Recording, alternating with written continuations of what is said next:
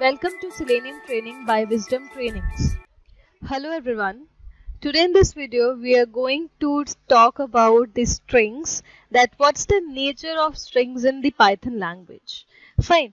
Now talking about the memory organization, it's very simple. Strings are not stored in a single location. Like if we say that I have a string saying apples, so in memory it's not going to be stored in this way. Every single character is going to be stored in a different location. It will be in partitions. For this whole string, a memory location will be stored. It's going to store in the first position, it's going to store A. Same way for another positions, there will be single characters will be stored for every block. This whole block of memory will be remembered as a variable which we will be using. Fine. Now right now this way it's not that clear. What I'll do is I'll just will show you this in the PyCharm window. I'll create a module itself to show you Python file, and I'll name it as Python strings. Fine.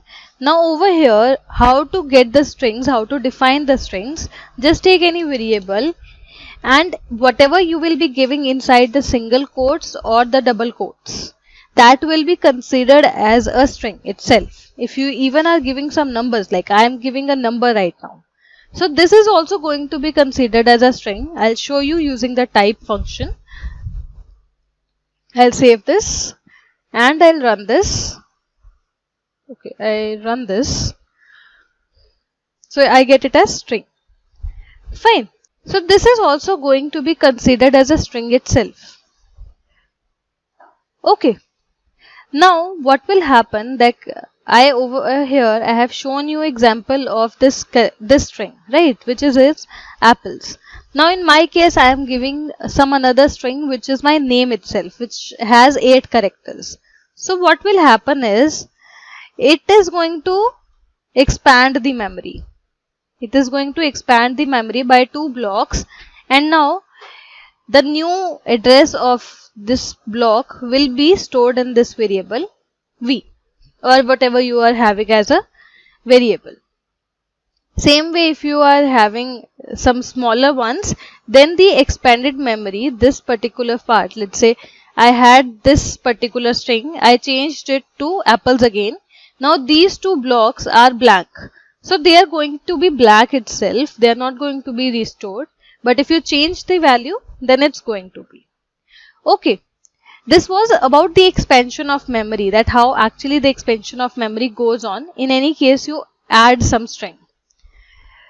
Fine. Now there is one more thing, that if there is a variable, let's say I have a variable cat. I can check the type of this variable, I can check the length of this variable by using the inbuilt functions that we have already seen in the first videos. So that is what I'm going to do. I'm going to check the length, I'm going to check the type, and I'm just also going to print my variable.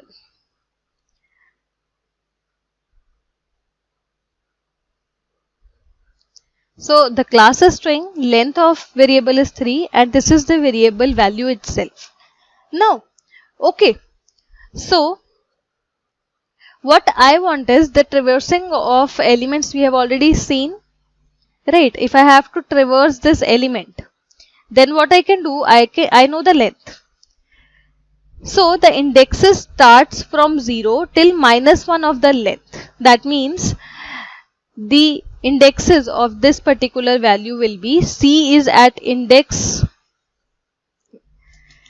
0, A is at index 1, and T is at index 2. That is -1 of the whole length. So if I have to access these one by one, what I can do is I can just say A, the variable name, and the index value for where I want to access it. Let's say I want to access at the 0th index. I want to change it to M. I want to replace C with M, and then after I want to print my updated variable. So this time it's going to give me an, okay, there's something, yeah, over here I have got an error. It showed up above. Why it's giving me an error? Because I am not able to modify the value already given. I'm not able to modify this value anymore. But what I can do is I can just give value again. I can just give this value again. Now this time it's going to give me no error. It's fine. Okay, now if I run this, no error will be shown and it has been printed. Okay. So this implies that strings are immutable. They cannot be modified once the value has been given to a variable. In memory, what will happen is that somewhere around, if I'll clear this, if somewhere around I have this variable cat, which was having a block of memory and the address was stored in a variable A. Now I'm not able to edit this, I'm not able to change it. But I have reassigned the value and I have taken mat instead of cat. So now a new block of memory will be reserved. And the address is going to be stored in the variable A itself. And this memory will be freed up. It's not going to refer to this variable anymore. And this will be freed up whenever the garbage collector is going to look for the memory occupied. If it does not have any reference with any variable, this one will be freed up and this is going to stay because it is referred with the variable A. Fine. This is how actually the memory allocations and memory expansion is done.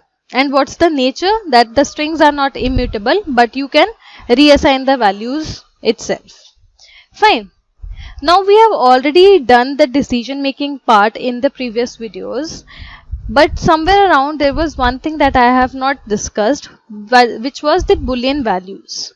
Over here in the conditions you can check that I told you that if the condition is true, if the condition is being satisfied, it's going to return me true.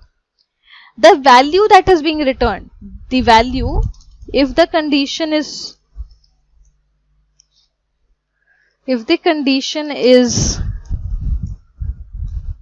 satisfied, then it will return me a Boolean value which is true with a capital T. If the condition is not satisfied,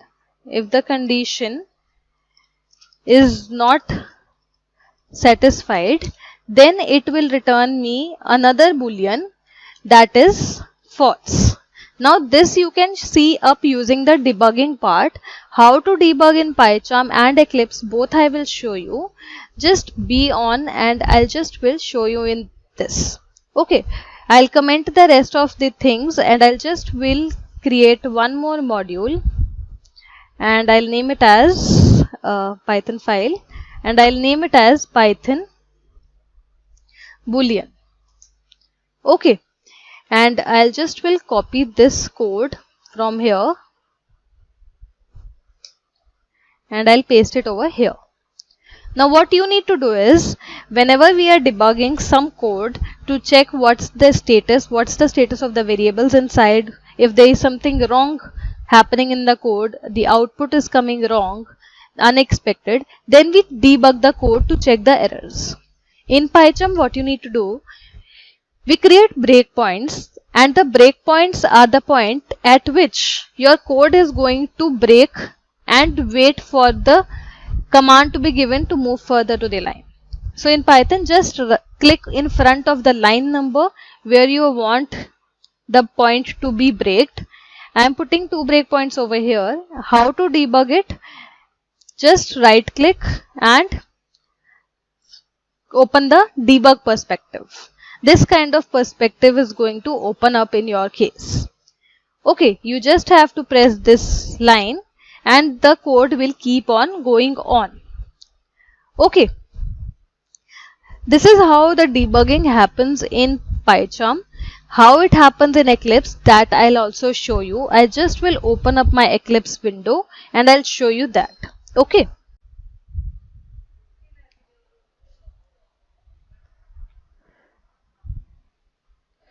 Launch.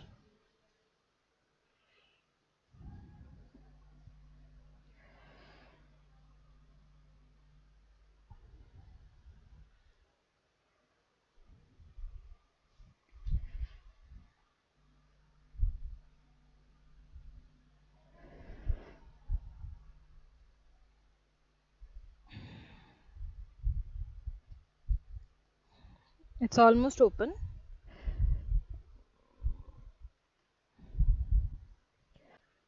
So over here in my Eclipse, this is the module that has been created. I have created this earlier as well when we were discussing decision making.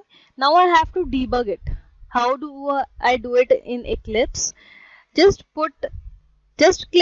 double click in front of the line number so that a breakpoint can be created. Over here the execution will be braked and will be stopped so as to check what's going on in the code. So I have made 3 breakpoints. First to check what's the value of my A variable, then to check it at the first condition and to check it at the second condition. So what I need to do is I just need to right click, debug it as Python run, and this kind of window is going to open up. You can see over here that this statement is being highlighted in green font. So this shows me that my execution of the code has been paused over here. Now I can check the values as well, what's being into the variable. So I can just select that variable and click on watch. So over here this has been come up. Then I have same way put a watch on this condition, and the same way I will put a watch on this condition, the second one, this way. Now I have to move further in the code, so I'll press F6. I'll just will show you as well. Let me have this over here below. Yeah. So over here you can see in the console that my value of A is 0. That's coming up, right? Then it comes up that whether A is not equals to 0. The first condition says that check it whether it's equals to 0 or not. It is equals to 0. That's why in the boolean it is returning me false. And then when I move further in the code, it exactly comes out to the else part because my condition over here is false. Until unless it's true, this condition will be followed up. But once it's false, the termination of loop will be happening. And this goes on, and over here my code has been terminated. If I check it for another condition, let's say my value of A is 50 this time. So I just will debug it again. And over in the expressions, F6, the value of my A is 50 this time. The first condition, that whether my A is not equals to true or whether the value of A is not equals to 0. My A is not 0, so it's returning me true. Then it moves on inside the code, inside the another loop, inside the another if condition, to check whether the value of A is less than 40 or not. It is not less than 40, it is greater than 40. So it's returning me false over here. From this point, it will directly jump to my else condition this way and will print me this statement and will terminate my execution of the code this way. Okay, so this way any kind of code, whether it's a 20-line code or a 2000-line code, you can simply just put some breakpoints and can check the code anytime, any point, at any point. Okay. The same way we have already discussed the boolean. We have already seen the concept of debugging, how we debug the code. Okay. So this was all for this video. Request you to practice this, and thank you.